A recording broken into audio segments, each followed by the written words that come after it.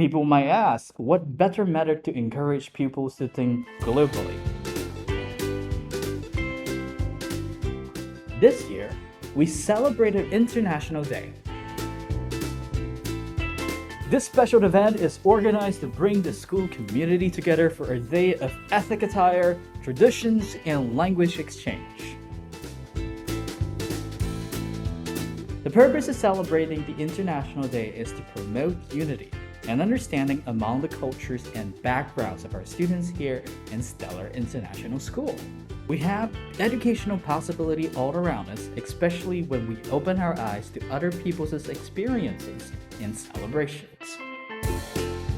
It is important to create awareness of the diverse and unique cultural differences of other people in young students so that they can develop the understanding and be able to empathize with other people that are different from them.